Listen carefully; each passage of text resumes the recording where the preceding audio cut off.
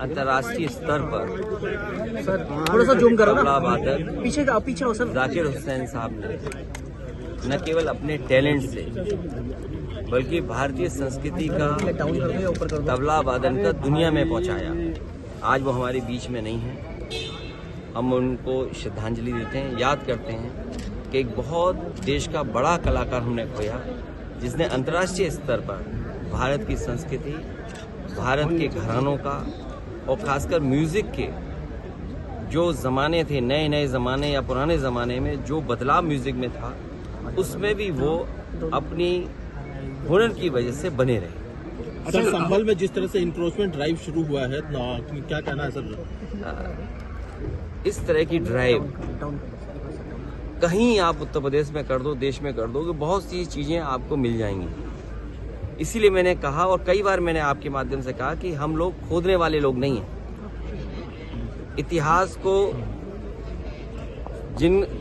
इतिहास के पन्नों में कुछ खराब चीज़ें नहीं खोदना चाहते हैं। हम लोग नए रास्ते खोजने वाले लोग हैं और जिनको अपने भविष्य के बारे में नहीं पता कि भविष्य क्या होगा, भविष्य में क्या बदलाव चाहते हैं, वो इतिहास में ही हमेशा रहते हैं।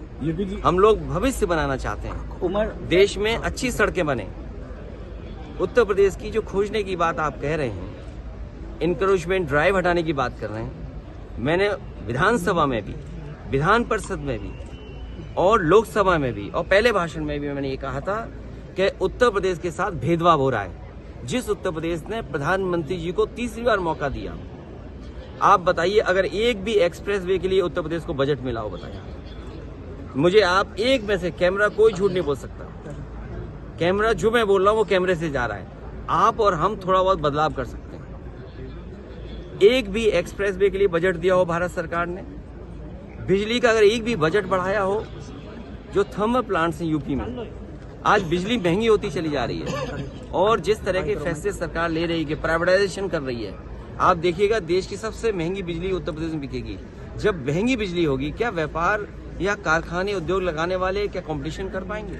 और जिन्होंने कहा कि हम 4 लाख करोड़ लाएंगे रुपए पैसे, बिजली नहीं दोगे, बिजली महंगी दोगे, तो क्या कारखाना लगेगा वहां पर? और माँ गंगा, आखिरी माँ गंगा और कुंभ का स्थान हमारे धर्म में बहुत बड़ा है। और मुझे खुशी है इस बात की कि जिस क्षेत्र से मैं चुन करके आता हूं, महादानी सम्राट हर्षवर्धन, उन्होंने इस परंपरा को आगे बढ़ाया था। और महादानी सम्राट हर्षवर्धन जब कभी भी प्रयागराज जाते थे, वो स्नान के साथ दान करते थे। लेकिन आज का समय देखिए आप, न स्नान हुआ न दान हुआ। योगी जी ये भी कह रहे कि संभल के सच को दबाया जा रहा है। देखिए, संभल के सच को दबाया जा रहा है। आज हम लोगों को कुंभ में जाना है, स्नान होना है, ना स्नान किया ना दान किया।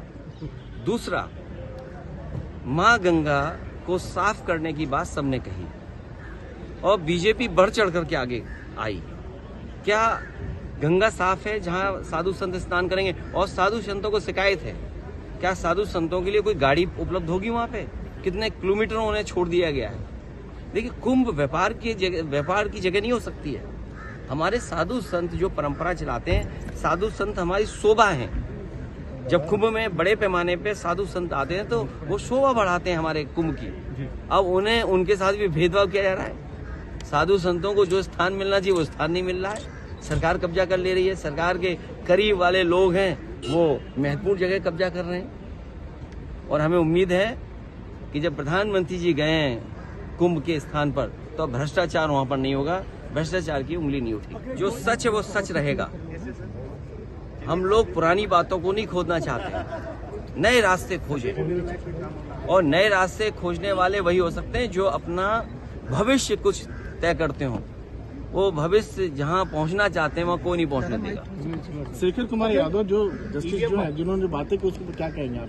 उसके लिए दस्तखत हो रहे हैं दोनों सदनों में, आपको पता होगा। उमर अब्दुल्ला कह रहे हैं कि ईवीएम पर क्यों सवाल? देखिए, हमारा देखिए किसी दल, किसी नेता के बारे में हमें कुछ नहीं कहना, लेकिन जो उन्होंने सुझाव दिया है, आप बात को ईवीएम तक मत पहुंचाइए।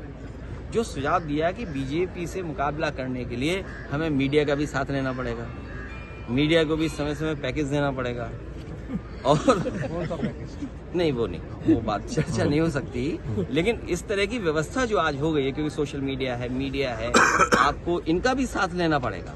इनके साथ साथ आपको बूथ स्तर पर भी काम करना पड़ेगा। वो उन्होंने सुझाव दिया है, मैं उनके सुझाव से सहमत हूँ कि मीडिया का भी साथ लेना पड़ेगा और बूथ स्तर पे भी आपको काम करना पड़ेगा। और ईवीएम क्योंकि अगर हम मीडिया का साथ नहीं लेंगे तो आप वही संबल सुनाओगे, अरे भाई कुंभ में कुछ चिंता तो करो।